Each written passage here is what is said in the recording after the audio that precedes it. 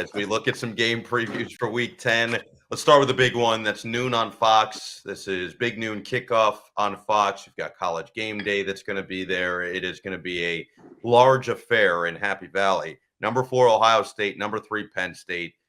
The storyline surrounding Penn State is trying to win these big games. I mean, This was the game that was circled on the calendar before the year. You could talk about Michigan and whatnot, but this is a specific year with Ohio State that Penn State needs to find a way. And James Franklin is 4-16 against Ohio State and Michigan. He's 1-9 against Ohio State, the only win coming in 2016, the year they won the Big Ten.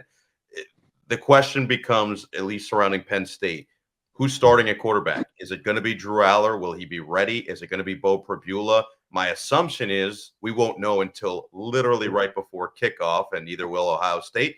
So the Buckeyes will have to prepare for both. Well, and I think you almost have to prepare for both of them anyway, because they've done so much already this season with both quarterbacks. So, if you're Jim Knowles and that defensive staff for Ohio State, you have to prepare for both of them. This is a big game for James Franklin, obviously. It's a big game for Drew Allar, because as good as he was last year with his numbers and touchdowns and interceptions and all of that and take care of the football, he did not play well against Michigan or Ohio State. He struggled. The offense struggled.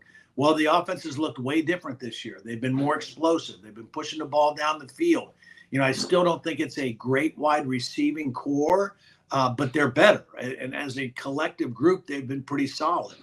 The tight end is special. The backs are special. Yeah. So I know Drew Allar wants to play in this game, but the question is going to be, is an 80% Drew Allar going to give you a better chance against Ohio State's defense than 100% Bo Pribula? Mm-hmm. That's the thing they're going to have to decide. I'm not saying he's going to be 80. He might be 100% by the time Saturday comes along. But he was nowhere near looking at 100% when we saw him trying to warm up to start the third quarter on Saturday night. So, and I'll say this, if Bo Pribula is the guy, Penn State fans should not, throw their hands up and say we have no chance, because the kid proved he can play. Yep. He's not just a runner. I mean, he's not like Alex Orji in the sense that he is a pretty quality passer as well and has proven that.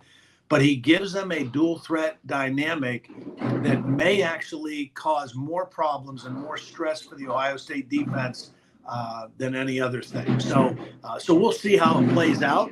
I would expect both of them will play regardless, and whether or not Drew Allar is good enough to play or start, we'll find out on the day of the game. But I will say this, I think Penn State is a better team right now. And it's not because they're ranked higher.